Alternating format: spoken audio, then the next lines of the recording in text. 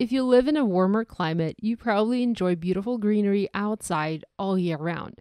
But if you're like me and live in one of the colder parts of the world, chances are by now you are dreaming of spring, double-digit temperatures if you're using Celsius system, or maybe above 60 degrees Fahrenheit weather, and some nice greenery and flowers. Since spring won't be getting to my neck of the woods for another few weeks, I'm browsing for spring online and I'm trying to recreate it in my handmade cards.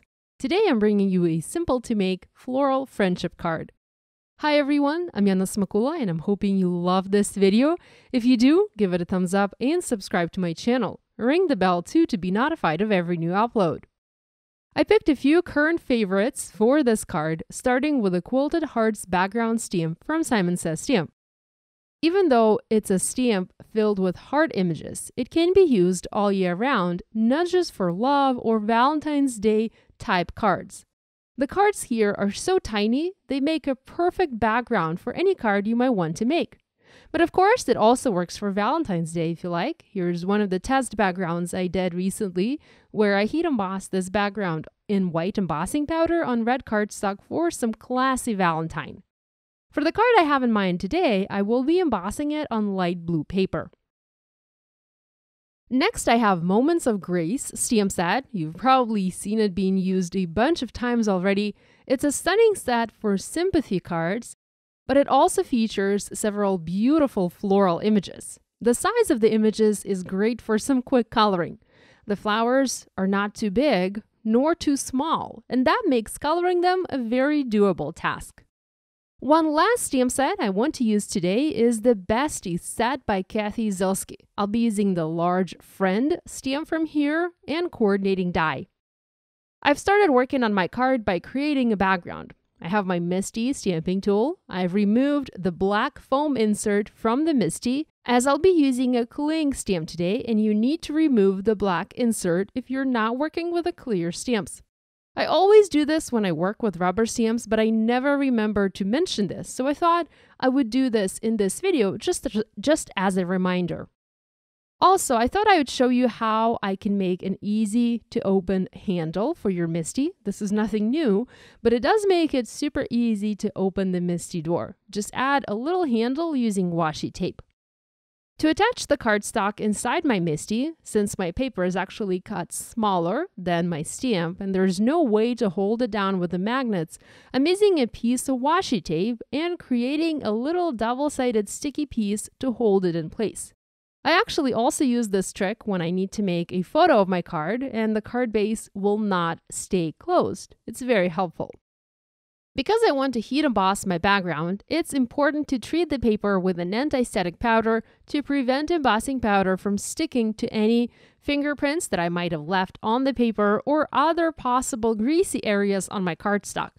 I like to add some powder onto the paper. This is anti-static powder.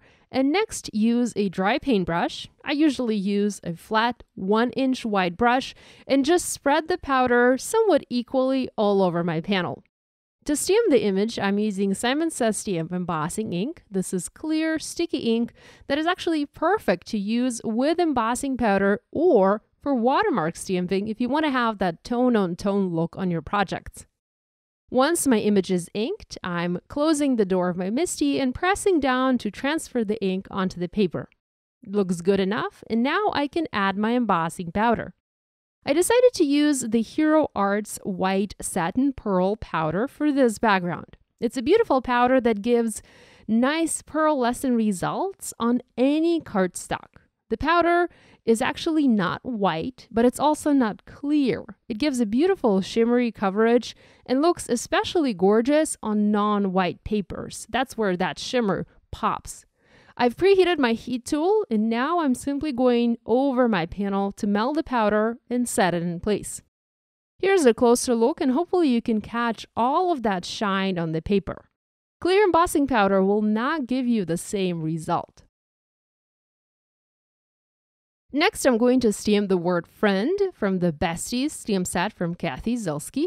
And this time I'm using my Mini Misty stamping tool and stamping this image in Cloudy Sky ink on white cardstock. Because this stamp has a lot of solid areas to it, I'm stamping it a few times for the best impression. I also want to stamp a little sentiment that reads, "Thank you for being my," and I'm stamping it in black ink. This sentiment also comes from the same Besties stamp set from Cassie Zielski. The ink on the word friend will even out over time. This kind of ink needs a few minutes to absorb into the paper. Once it does that, it will no longer look splotchy, but will even out and will look much better. You just have to be patient with this type of ink and give it the time it needs to do its thing. Here, a few minutes later, it already looks much better. Next, I'm stamping a few images from the Moments of Grace stamp set in intense black ink from Simon Says Stamp on my white paper. I'm using this specific ink as I plan to color images with Copic markers, and this ink will not bleed when it comes in contact with alcohol from my Copic markers. I'm not quite sure how many images I will need, so I'm stamping multiples of each to have enough for my card. Here, I'm using cardstock scraps from my stash. I have lots of little bits and pieces of white cardstock laying around, and I'm always wanting to get rid of them, but I don't want to just toss them. So I've been trying to use them lately for stamping some elements for my cards.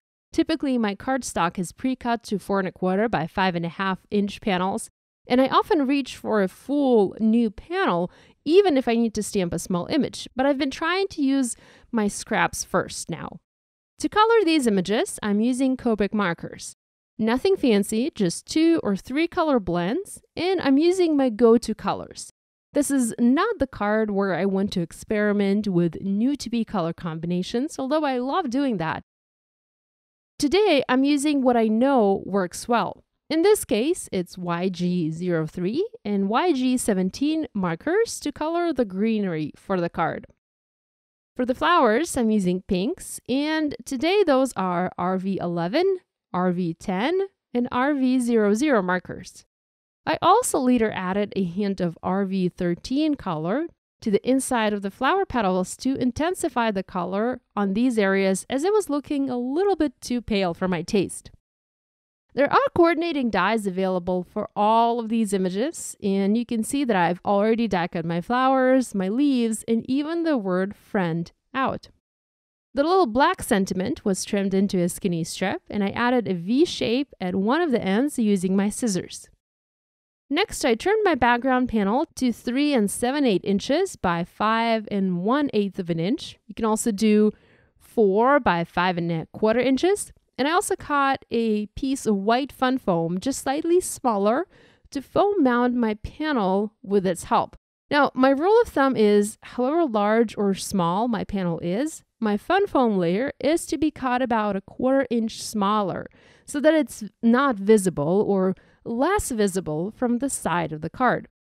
I've added double-sided tape to the fun foam to adhere it onto the back of my background panel. I also created an A2 white side folding card base to adhere my panel on top of it in the center. Next, I need to plan the image placement. I've positioned the word friend, and I want my flowers and leaves to come from behind of this word. So I'm basically using the florals one by one and planning the placement and adhering them in place using glue.